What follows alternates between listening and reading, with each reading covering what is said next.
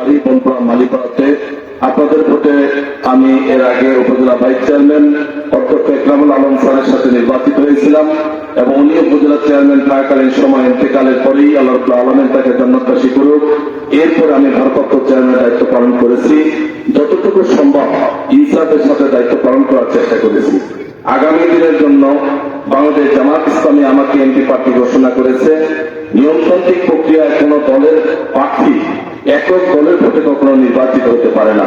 নিঃসন্দেহে দল, মত, ধর্ম, বর্ণ নির্বিশেষে সকল মানুষের সমর্থন এবং সকল মানুষের ঐকান্তিক প্রচেষ্টার ফলেই বিজয় হয়। যেমন আমি ভাইস চেয়ারম্যানে আপনাদের সবার সমর্থন নিয়ে বিজয় হয়েছিলাম। আগামী দিনও আমি আপনাদের কাছে জানিয়েছি এমপি প্রার্থী হিসাবে আমাকে আপনারা দল, মত, ধর্ম, বর্ণ নির্বিশেষে সবাই একটু দয়া করে একটি বারের জন্য পরীক্ষামূলক ভাবে নির্বাচিত করে একটু দেখেন যে আমরা গতানুগতিক যারা নেতৃত্ব দেয় তাদের মতো ইমোশনাল বক্তব্য আমরা দিতে পারবো না, আবেগময়ী বক্তব্য দিতে পারবো না। তবে আপনাদের কাছে এতটুকু বলতে পারি যে একজন আলিম হিসাবে নিয়মতান্ত্রিক উন্নয়নগুলো অত্যন্ত টেকসই মানসম্মত উন্নয়ন করব। কোন উন্নয়নের ক্ষেত্রে রাস্তাঘাট কালভার্ট থেকে শুরু করে কোথাও কোনো পার্সেন্ট একটি হারাম পয়সা প্রতিশ্রুতি দিচ্ছি আলিম হিসাবে যে একটি হারাম পয়সা কখনো গ্রহণ করবো না ইনশাল্লাহ। এবং বয়স্ক, বিধবা, প্রতিবন্ধী সহ তৃণমূলের প্রত্যন্ত অঞ্চলের মানুষের যে সমস্ত ন্যায্য অধিকার, সে ন্যায্য অধিকারগুলোকে যথার্থভাবে পৌঁছে দেওয়ার প্রতিশ্রুতি আপনাদের কাছে দিচ্ছি।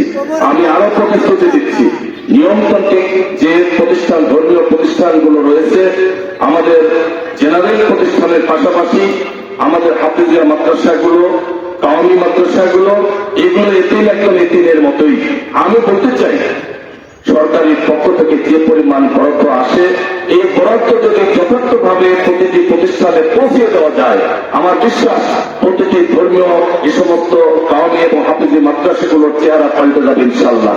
আমি আশা করি আপনাদের কাছে এই প্রতিশ্রুতি দিচ্ছি, যদি আমি নির্বাচিত হতে পারি প্রতিটি প্রতিষ্ঠানের দিকে নজর রেখে আধুনিক শিক্ষার পাশাপাশি এই মাদ্রাসা শিক্ষাগুলোকে আধুনিকায়ন করার এবং অবকাঠামোগুলোকে আধুনিকায়ন করার ক্ষেত্রে আমি সর্বাত্মক প্রতিশ্রুতি আপনাদের কাছে দিচ্ছি। আমি প্রতিশ্রুতি দিচ্ছি নিয়মতান্ত্রিক এই মাদ্রাসাগুলোর শিক্ষক, ইমাম, মুয়াজ্জিন যারা মুতাওয়াল্লি, তারা প্রত্যেকে অমানবিক জীবনযাপন করেন। আমার বিশ্বাস যদি সরকারি বরাদ্দ থেকে ঠিকভাবে এনাদেরকে সামান্য একটু পুনর্বাসনের চেষ্টা করা হয়, তাদের জীবনযাত্রার মান অবশ্যই একটু ভালো পর্যায়ে যাবে।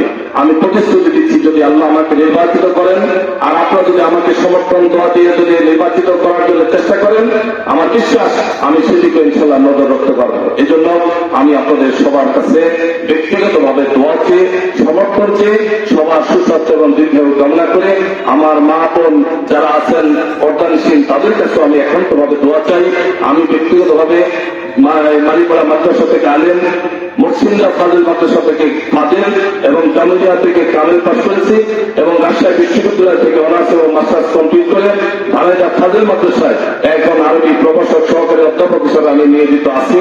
সর্বোপরি আগামী দিনে আমি আপনাদের আবারও দোয়া চেয়ে সবার কাছে দোয়া কামনা করে, সুস্বাস্থ্য এবং দীর্ঘায়ু কামনা করে আমি আমার কথা এখানে শেষ করলাম।